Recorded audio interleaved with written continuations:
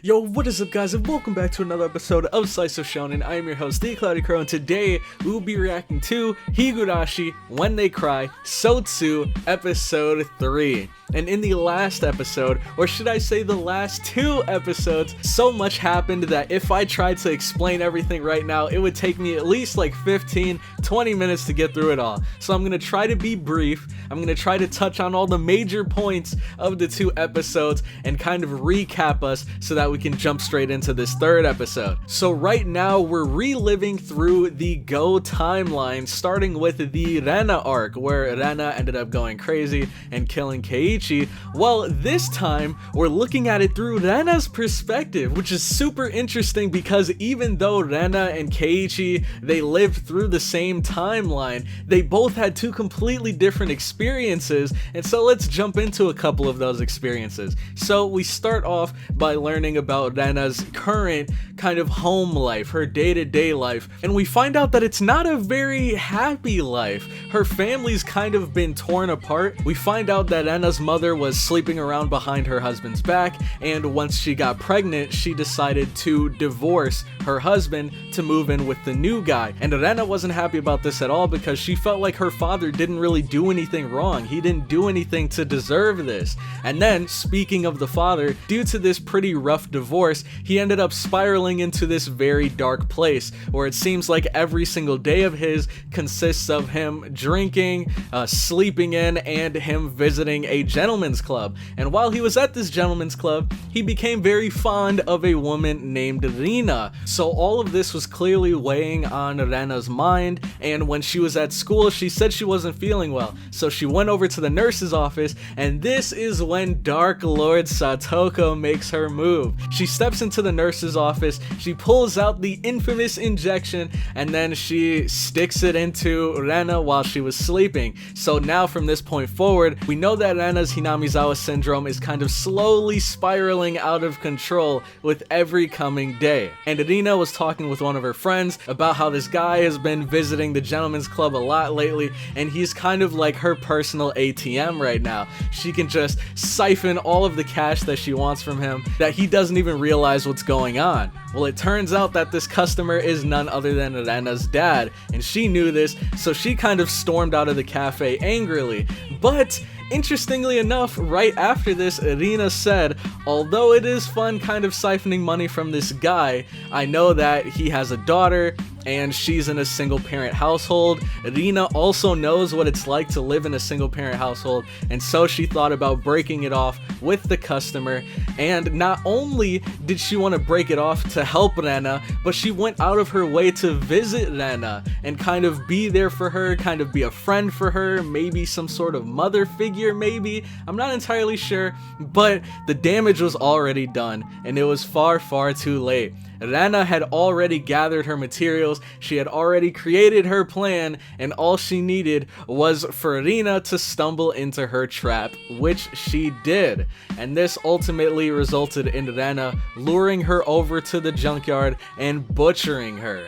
And this is what I think ultimately led to Keiichi's demise, because even though he didn't know anything about the murder, he ended up stumbling a bit too close. Rena got paranoid. She started thinking, what if Keiichi knows that I killed Rina? And so now she's plotting to take him out as well, and that is exactly where the episode left off.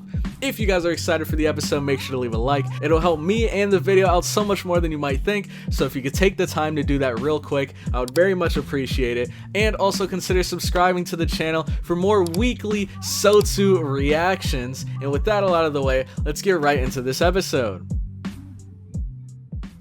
Alright, so as I'm sure many of you guys are aware, last week has been a pretty rough week for SOTSU reactions for me. So ultimately I had to resort to this new reaction style. Hopefully there are no more problems from this point forward, and hopefully you guys understand why I had to make the change. But anyways, just wanted to explain that real quick before jumping into this. So whenever you guys are ready, make sure to grab your source videos, pull them up, and then get ready to sync them with me, because we'll be starting episode 3 of Higurashi SOTSU in 3, 2, 1, go. Alright, let's do this. Let's see, are we gonna end the Rena arc right here? because we know there's not too much left.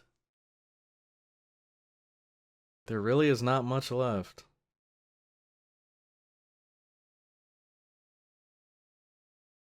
Oh, what? Oh, that must be Rena. Ready to bury a body.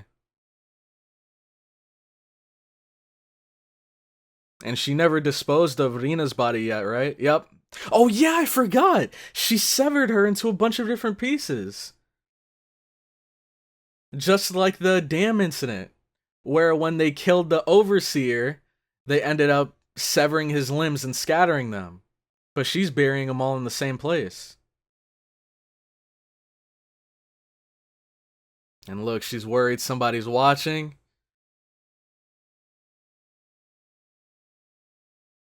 She thinks Keiichi's onto her. She might think Detective Delicious is onto her now. And there it is. I'm sure we all remember that from the trailer. Man, and here we are with this fire opening, dude. I love the white lines. They look so sick, man. I can't wait to get to the Mion Shion arc, though. As you know, Mion's best girl in my opinion. I loved her arc. And I hope we actually get to see it through her perspective as well. Because then I think we'd learn a lot more about what the heck happened there, who was the killer there, and hopefully we can learn more about her family, about the Sonozakis. Alright. Oh yeah, another thing I wanted to mention real quick is, I know a lot of people are conflicted about Rina, because, I mean, I didn't get that far into the visual novel. I'm only on chapter 2 right now, but many of you guys have said that Rina was absolute trash in the original Higurashi series. So seeing her actually be nice here is kind of like a redemption arc, like what Teppei had. But some of you guys also feel that what she did was irredeemable, and even though she's nice here, you still don't really think of her as a nice person because of that horrible thing that she did. Now, I don't know what she did exactly, but I'm sure I'll find out soon in the visual novel. We'll see, we'll see. But right now, she seems like a pretty cool person. From a straight SOTSU perspective. And here we have the zombie tag game. I remember this. Wait! Because if I recall correctly, Mion was never it, right? She pretended to be a zombie? At least I think? Yep, and Keiichi hiding on the roof.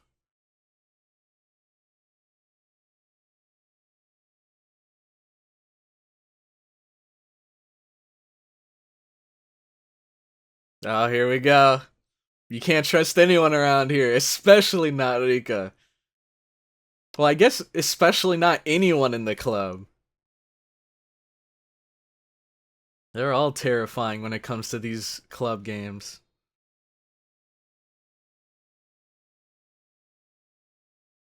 You better get out of there, Dana.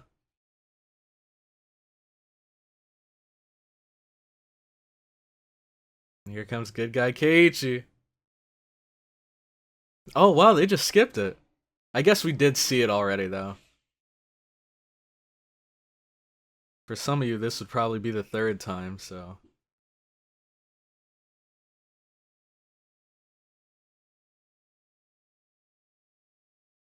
Oh, she thinks that he's talking about Rina! Oh my gosh.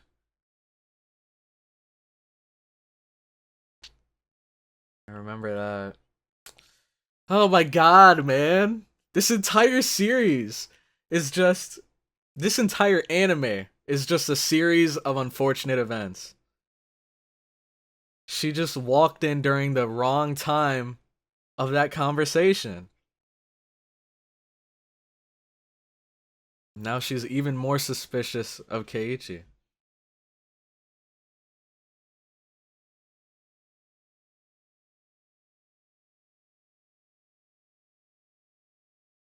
Oh. Didn't she say last episode, like, I need to work hard to save my family?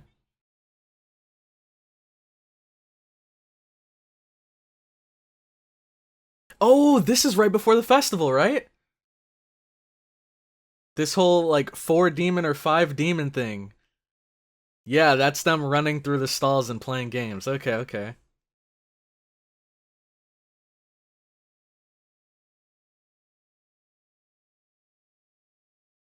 Ooh, we're getting closer and closer, man.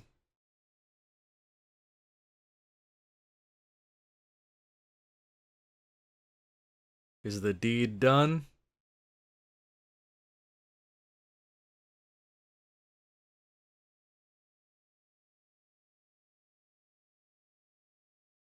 Hey, keep it down. You don't know who's listening. Oh. Yeah.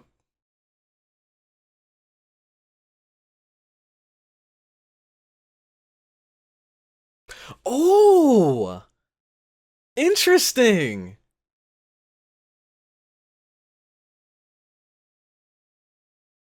So that's why she thinks the divorce and everything has been happening. Because they left Hinamizawa. Wow. Dude, this is so cool getting Rena's perspective of this.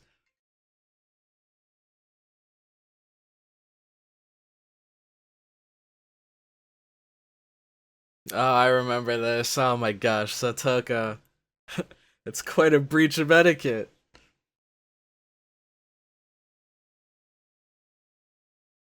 Oh man.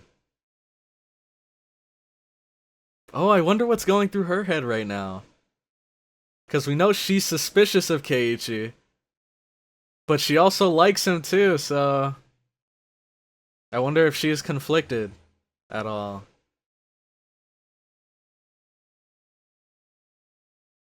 And here, Rika, absolutely nailing that ceremonial dance.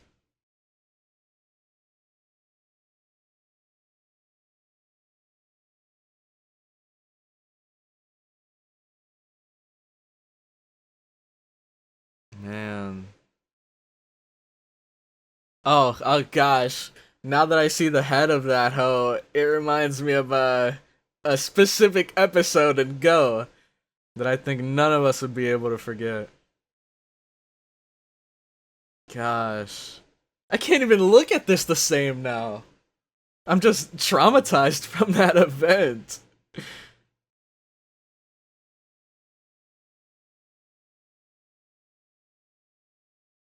Man.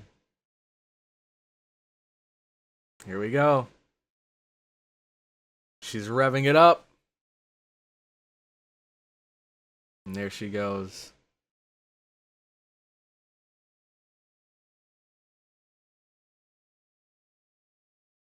Alright.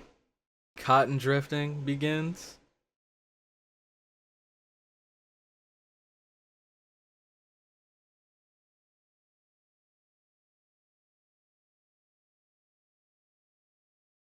Oh man, this has a whole nother meaning now that we know how important Oyashiro-sama's blessing is to her. Because right now we know she feels like she's being punished by him. Oh, what? What the heck was that?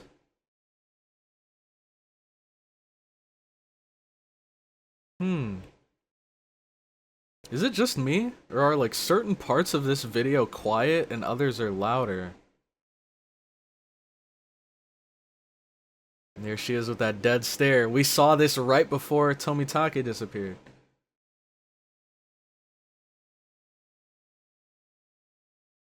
And the next scratch. Hmm. Alright. Is this the day? Or is it tomorrow? GS Sensei! Dude, she needs more screen time. Oh no. Oh, and this is when she sees them walking over to his car.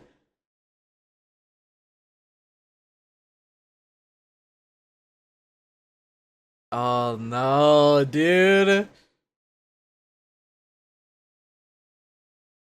It's just a misunderstanding. Ooh! This is new. This is new.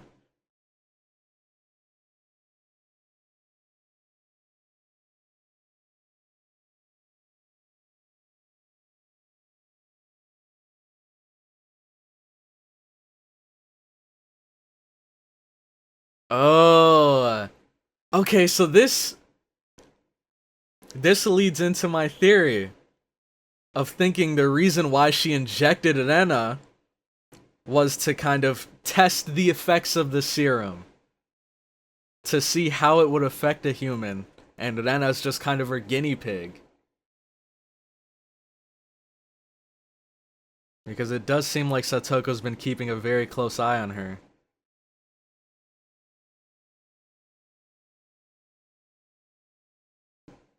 Ugh. Here it comes. What does she say? Shiranai? Oh, I remember this! I remember this! Are we gonna hear it? Are we gonna hear it? Let me crank it up a bit. Let's see. Oh?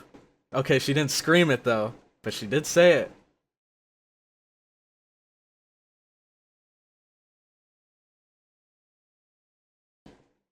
Ugh. This is getting intense.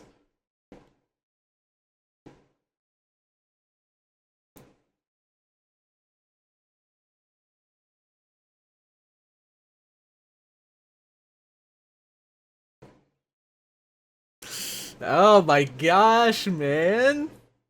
It was short. It was short and sweet. But I don't know, man.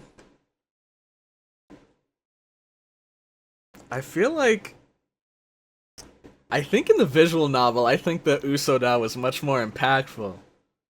In my opinion. And also apologies if you can hear the rain outside. I don't know why it's pouring like crazy right now.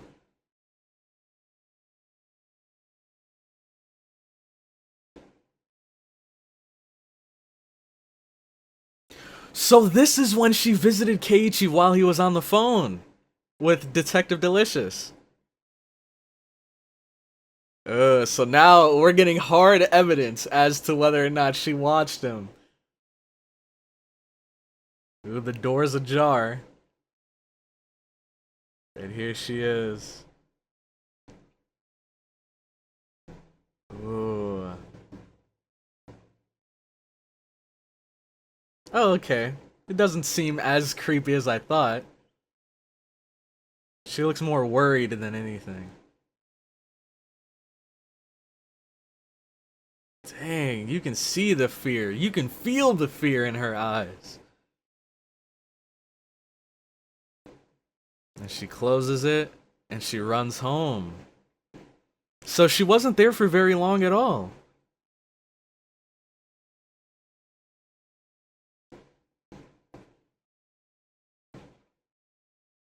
Oh no. I mean, that is true. Oh no. I know that look.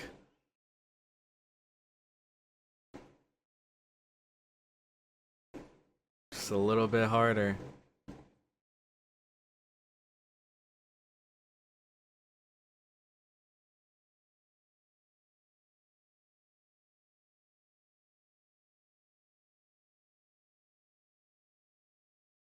Man.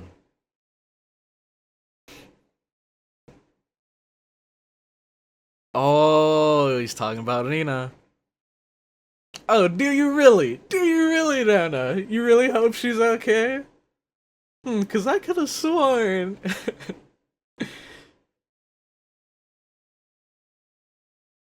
Oh, this must be. Yep, yep. Okay, okay, it's all making sense.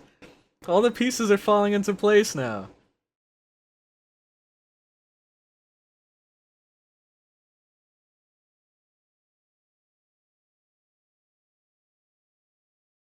Is she gonna smirk? Oh, I knew it, dude. I freaking knew it.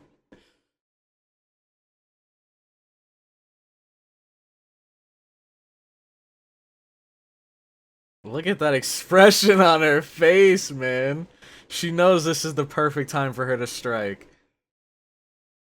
And look, she's got her gear packed up, ready to go.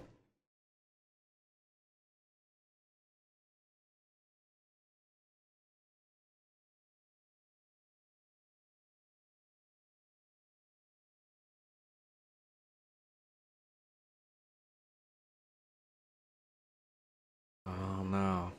Oh no. Keiichi. Get out of there, man! She is out here trying to claim souls.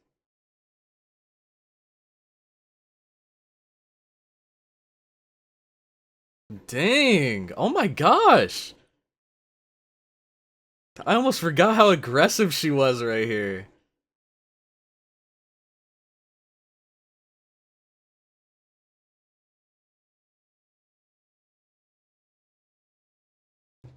Look at that!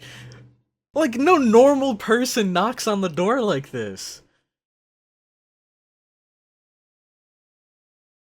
I would have been like, no hablo inglés? Oh, and here it comes. Rika telling Keiichi not to worry about her. And that advice ends up getting him killed.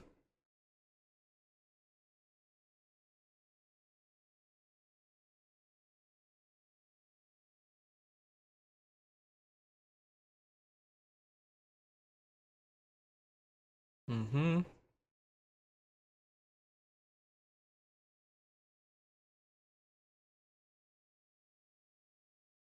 See, and that's so interesting because that advice would have worked in the original Higurashi timeline. But here, it ended up getting Keiichi butchered. And oh, I didn't even realize Rika was watching. I was so, like, lost in thought. I saw Rika go around the corner, but I didn't put two and two together. And look, she thinks everything's going perfectly fine, but she can't see inside the house. I wonder though. Here it is. Jeez. She doesn't even know, man. Look at the room. Even the chandelier is just drenched in blood. Oh my god. Now, what happens next? This is what I want to know. Because after this, it just skips to Keiichi in the hospital bed. But what happens to Rena?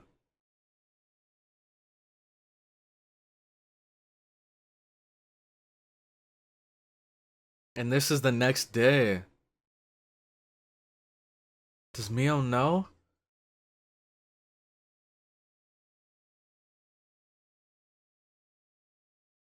Oh, the news. She definitely looks a bit disturbed.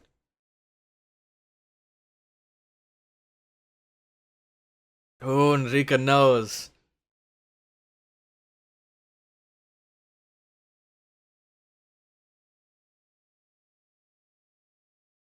You were found injured and unconscious. But Rena? Oh, wow.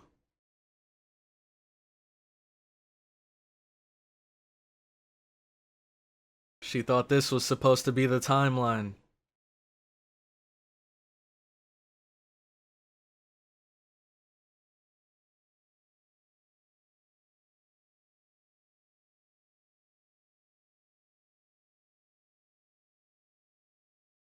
Yep, she knows it's over.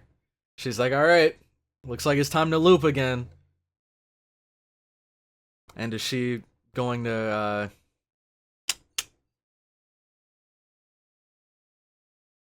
she gonna restart it herself? So, Keiichi, that's so weird! Don't you think it'd be the other way around? Keiichi got stabbed like 20 times, but he survived. Whereas Rena got smacked in the head a couple times with the alarm clock and she died from it. What the heck? That's so weird. Oh no. Oh, and this must be when SATOKO walks into the room! In the trailer! Oh, God! Oh! I've never seen anyone... Oh, she's doing it again! Oh! Oh my God, Rika! I'm sure there are quicker, less painful ways of doing this. But I guess this could also just be how frustrated she is.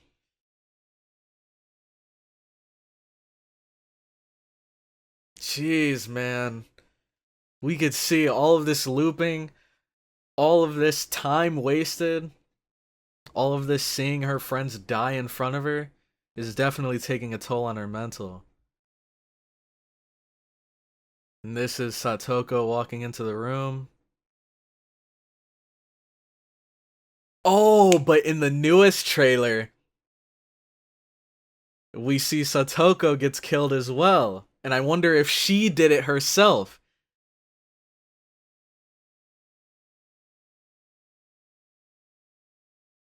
Oh, yup. She's following her.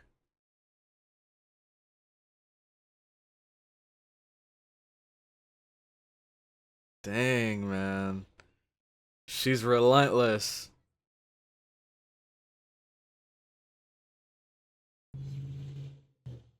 Jeez. And that is the end of the episode, dude. So we round out the Rena arc right here, the Oni-damashi. Now, I don't know what it's gonna be called in SOTSU, but I believe Oni-damashi was the name of this arc in Go, right? So, very interesting stuff here. Very interesting. So, Rika, of course, she killed herself to loop. And SATOKO said, "Nuh-uh, you're not getting away from this curse that easily. Not until you submit. Not until you decide to stay in Hinamizawa. I'm gonna be following you. I'm gonna make your life a living hell." And then ah, man. That was brutal. That was brutal. But still, I will never understand unless they explain it, but I don't think they will. How the heck did Rena die from getting smacked in the head with an alarm clock? I mean, I could imagine, like, maybe, you know, the brain damage or whatever it would have caused could have killed her. But how the heck did 10, 20, 30 stab wounds not kill Keiichi? Like, we saw the amount of blood that was spread throughout the room. There's no way any normal person could lose that much blood and survive that. Especially after who knows how long it took for the police to get there. Like, the time, not only during the killing did Keiichi lose a ton of blood, but he also could have steadily been losing blood throughout the entire time up until he was taken to the hospital. So I don't know how the heck Keiichi survived. I think it's protagonist plot armor, personally. But, and, like, to think that Keiichi survived that, but Rena died from an alarm clock. That's so mind-blowing to me. That's so crazy to think about. But, I think not too much new was revealed here, actually. It was very cool and interesting to see it through Rena's perspective, but really, I guess this is supposed to be considered the Answers arc, right? So, or was Go the Answers arc? I don't remember. But regardless, we got answers here. We had a lot of assumptions as to what Rena was doing during Go in Oni-damashi, and now we actually have hard evidence. We have visual proof of what she did. We got a lot of information as to why she killed Keiichi. It didn't really make too much sense in Go, I think a lot of us just assumed, well, if you're starting with Go, I think many of us just assumed that she was going crazy or that she was cursed. But it turns out the reason why she targeted Keiichi was because Keiichi was getting a bit too close to the danger zone. He was learning a bit too much, and also that on top of misunderstandings, unfortunate events that had occurred that made Rena believe that he knew about the murder, even though Keiichi hasn't stumbled into a single shred of evidence of the fact that Rena killed Rina. I don't even think Keiichi knew that Rena killed anyone. I think that he was just suspicious that she was going to kill him, but I don't think he ever had the impression that she'd already killed someone. So I think it's kind of cool. Keiichi's worried this entire time, oh no, Rena's gonna kill me. Meanwhile, Rena is worried this entire time of, oh no, he saw me kill her. So, I don't know. I don't know. It's kind of a interesting, funny situation if you think about it, but I think probably the most impactful part of this episode was the end with Rika, where she finds out the news. Like, we saw, she gave that advice to Keiichi because I think she knew from the original timeline that Keiichi killed Rena and Mion because he was suspicious of them. And so Rika tried to give Keiichi some advice so that hopefully they can make it through this timeline and they could continue on to the future.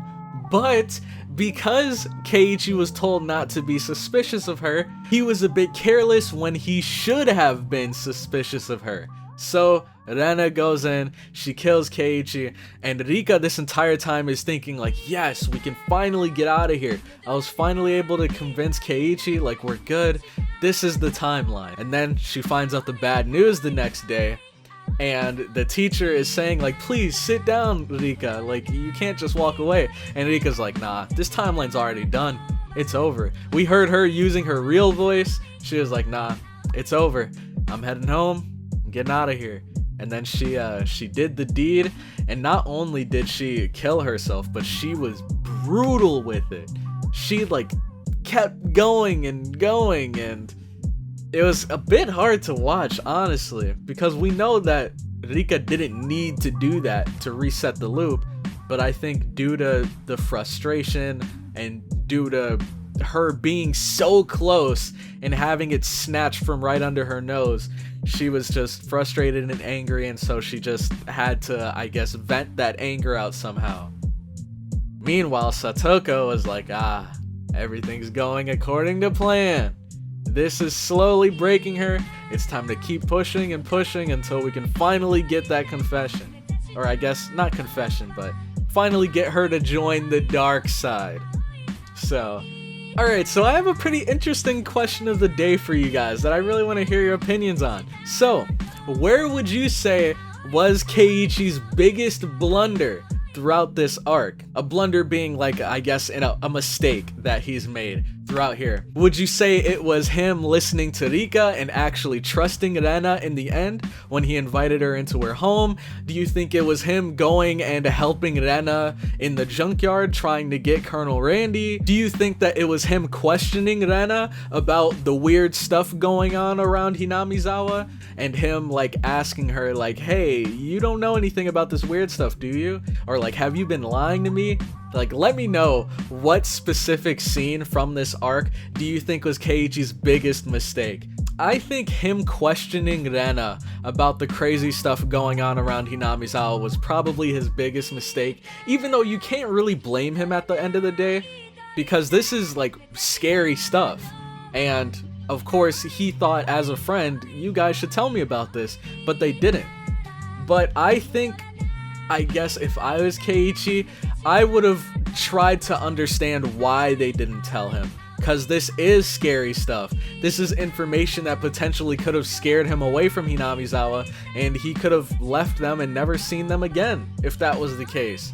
So I can understand why they didn't tell him, And if I was Keiichi, I would have tried to, you know, think of, okay, why didn't they tell me? Maybe there's a good reason behind it. And I wouldn't really pressure them or confront them about it, especially after realizing how it was kind of a sore subject for them, or kind of a touchy topic for them. But let me know what you guys think in the comment section down below. Thank you all so much for watching this far into the video, and here I am going to head out, so I will catch you all in the next one. Have a good one.